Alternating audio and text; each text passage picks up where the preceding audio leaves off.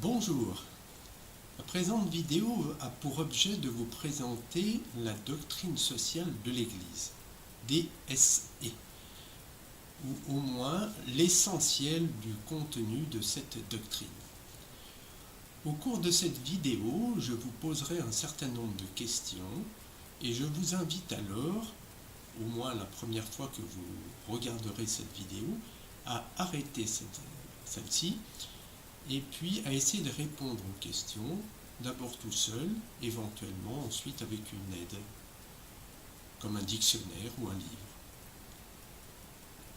Enfin, avant de démarrer, je veux vous dire que cette présentation est faite sur la base d'un livre qui a été publié en 2005 à l'initiative de Jean-Paul II et qui s'appelle Le Compendium de la doctrine sociale de l'Église. Je vais vous montrer ce livre, le voici. Et ce livre est un abrégé, c'est le sens du mot compendium, c'est un abrégé de la doctrine sociale de l'Église qui reprend tous les principaux textes de cette doctrine jusqu'à cette date de 2005. La première question que je veux vous poser est la suivante: qu'est-ce que c'est qu'une doctrine ? Eh bien, une doctrine, c'est un ensemble de principes et de valeurs. Question suivante, qu'est-ce que c'est qu'un principe ? Un principe, c'est une sorte de règle qui s'applique dans un domaine donné, qui peut être le domaine social, économique, un domaine scientifique. Question suivante, est-ce que vous pouvez me citer des exemples de principes et puis des exemples de doctrines? Un principe dont nous avons entendu parler ces dernières années s'appelle le principe de précaution. Un autre principe s'appelle le principe de Péter. Un autre principe s'appelle le principe d'Archimède. Lui, il est valable dans le domaine scientifique. Des exemples de doctrines, eh bien, je peux vous en citer au moins deux. La première doctrine dont vous avez tous entendu parler, c'est le socialisme. Le socialisme est une doctrine qui est basée sur un seul principe. Ce principe condamne la propriété privée des moyens de production et d'échange. Autrement dit, le socialisme condamne un système fondé sur la propriété privée des moyens de production et d'échange qui s'appelle le capitalisme. Et par opposition, le socialisme prône un système opposé au capitalisme, système fondé sur la propriété collective des moyens de production et d'échange, et ce système s'appelle le collectivisme. Une autre doctrine connue, moins connue, mais connue quand même, s'appelle le libéralisme. Le libéralisme est également fondé sur un seul principe, celui qui condamne l'intervention de l'État dans la vie économique et sociale, dans la mesure où cette intervention entrave le libre jeu de la concurrence. Dernière question, qu'est-ce que c'est qu'une doctrine sociale ? Eh bien, une doctrine sociale, c'est une doctrine dont les règles, si elles sont bien appliquées, sont censées permettre une vie sociale, une vie en société, qui soit la plus satisfaisante possible. Exemple de conflits, de litiges. Le premier principe de la doctrine sociale de l'Église s'appelle le principe personnaliste, ou principe de la dignité de la personne humaine. D'après ce principe, toute personne humaine, de la conception à la mort naturelle, parce qu'elle a été créée par Dieu à son image, dispose de ce fait d'une très haute et inconditionnelle dignité. Question suivante, qu'est-ce que ça veut dire dignité? Quel est le sens de ce mot? Eh bien, d'après le dictionnaire Larousse, la dignité d'un être, c'est le respect qui est dû à cet être. Donc la DSE, Doctrine sociale de l'Église, prône un très grand respect vis-à-vis de toute personne humaine. Qu'est-ce que ça veut dire concrètement que respecter une personne humaine? Eh bien, ça veut dire respecter ses droits naturels. L'Église considère que toute personne naît avec des droits naturels, des droits qui lui viennent non pas de la législation décrétée par les hommes, mais lui viennent de la nature et du Créateur. Il s'agit donc d'abord de définir ces droits naturels, ensuite de les énoncer et puis ensuite de les faire respecter. Parmi ces droits naturels, on peut penser au droit de propriété, c'est-à-dire la possibilité de faire l'usage qui nous convient des fruits de notre propre travail. Il y a également le droit de vivre. Nous disposons de la vie grâce à Dieu et personne n'a le droit de nous retirer la vie, quelles que soient les explications que cette personne pourrait donner. Il y a également la liberté, c'est-à-dire la possibilité de profiter de sa propriété notamment, sans être entravé par les autres. Pour les enfants, il y a par exemple, d'après l'Église, la possibilité, le droit de grandir et d'être éduqué dans une famille unie, constituée par un père, une mère, un homme et une femme. Pour terminer sur ce premier point, je souhaiterais vous citer une phrase extraite du compendium de la doctrine sociale de l'Église, une phrase qui est à mon avis qui exprime le mieux ce principe personnaliste. Je l'ai trouvée à l'article 135 du compendium et cette phrase reprend un texte de la Constitution Gaudium et Spes du Concile Vatican II. Voici cette phrase. La dignité de l'homme exige donc de lui qu'il agisse selon un choix conscient et libre, mu et déterminé par une conviction personnelle, et non sous le seul effet de pulsions instinctives, de poussées instinctives, ou d'une contrainte extérieure.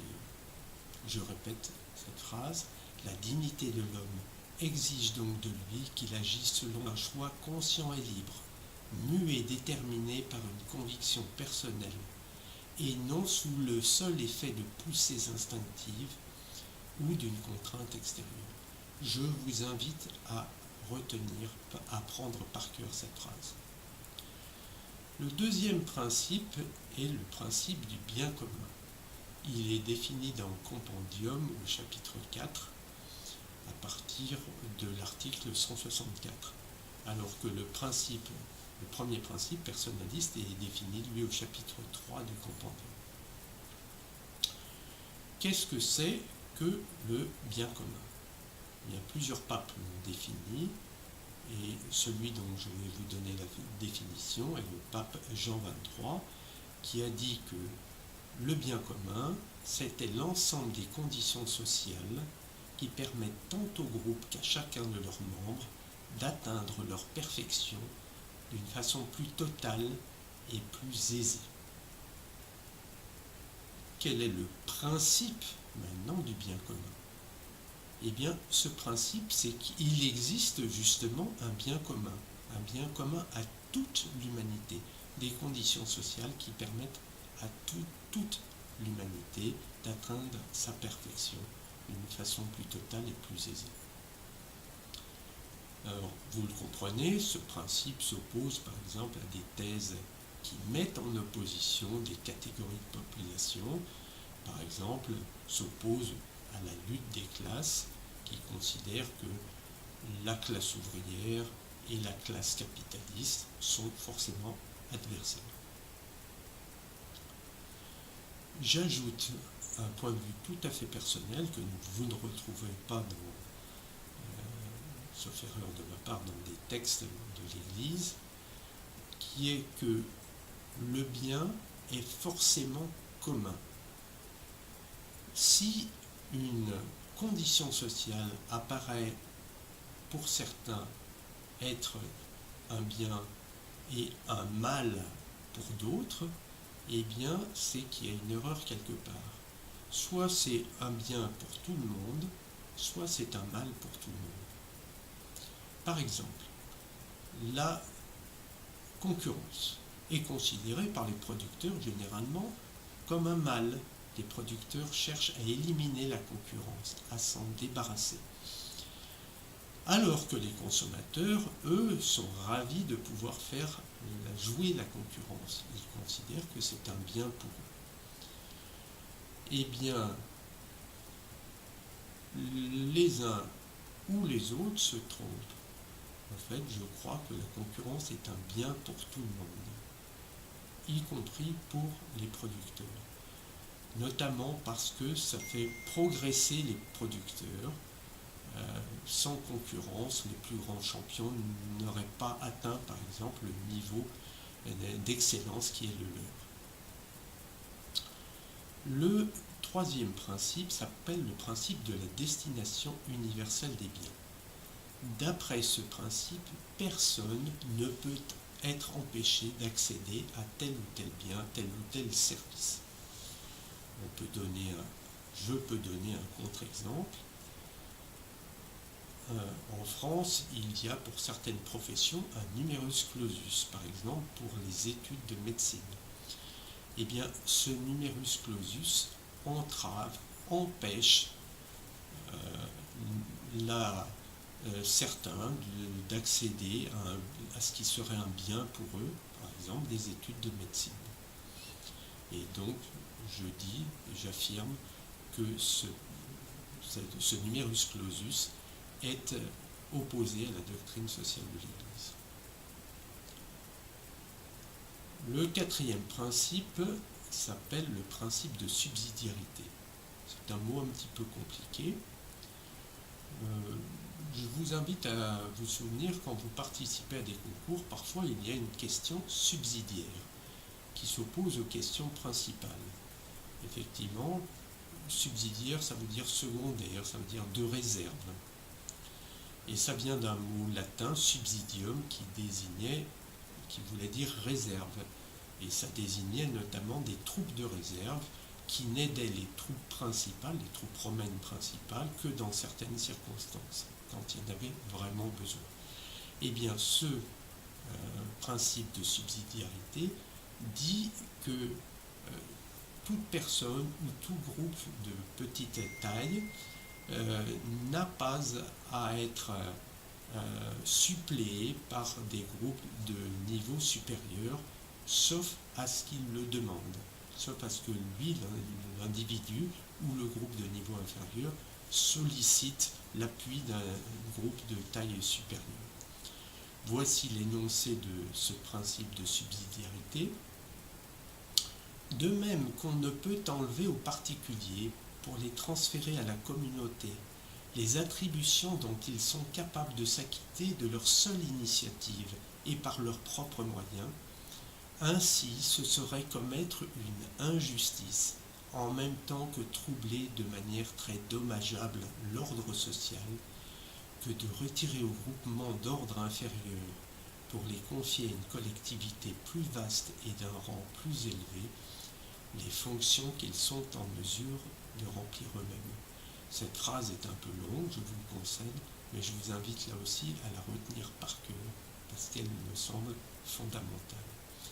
Et à titre d'exemple, on peut voir ce qui se passe en termes d'emploi en France, où l'État empêche les entreprises et les salariés individuels de négocier librement entre eux un contrat de travail. Et le résultat est celui annoncé par ce principe de subsidiarité, une injustice en même temps qu'un trouble très dommageable à l'ordre social, et j'ai parlé du chômage. Cinquième principe, le principe de participation. D'après ce principe, toute personne humaine ne doit pas être empêchée de participer à la vie économique, à la vie culturelle, à la vie sociale, à la vie politique du groupe dans lequel elle vit. Sixième et dernier principe, le principe de solidarité, qui dit que une certaine forme de solidarité doit exister entre les hommes pour que la vie sociale soit favorable, satisfaisante, mais il faut que cette solidarité soit libre. Autrement dit, ce principe dit qu'il faut transformer les rapports de domination qui peuvent exister entre les hommes en rapports de coopération. Voilà, c'est à cette condition seulement que la solidarité peut être une véritable solidarité. Les 4 valeurs de la doctrine sociale de l'Église sont dans l'ordre la vérité, la liberté, la justice et la charité. Un mot sur ces 2 derniers principes. La justice, ce n'est pas la justice des hommes, c'est-à-dire le respect des lois édictées par les hommes, c'est le fait d'être ajusté au projet de Dieu, au projet d'amour et de bonheur de Dieu. Autrement dit, de respecter toute personne humaine, d'aimer toute personne humaine et de respecter ses droits naturels. Et enfin, un point qui me paraît très important, qui a été développé par Benoît XVI dans l'encyclique Caritas in Veritate, la justice passe avant la charité. Qu'est-ce que cela veut dire? Ça veut dire qu'avant d'être charitable, c'est-à-dire de vouloir donner à l'autre ce qui m'appartient, il faut que je sois juste avec lui, c'est-à-dire que je lui laisse, je lui donne ce qui lui revient de droit. À titre d'exemple, l'État en France dit qu'il est très charitable avec certaines populations, notamment en accordant des droits particuliers, des subventions, des allocations diverses pour aider les plus faibles, mais auparavant, l'État n'a pas respecté les droits fondamentaux de ces personnes les plus faibles, leur liberté de contracter, par exemple, avec n'importe quel employeur, ou leur propriété, en leur prélèvement autoritairement un certain nombre de sommes. Voilà, merci de votre attention et à bientôt pour une prochaine vidéo. Au revoir.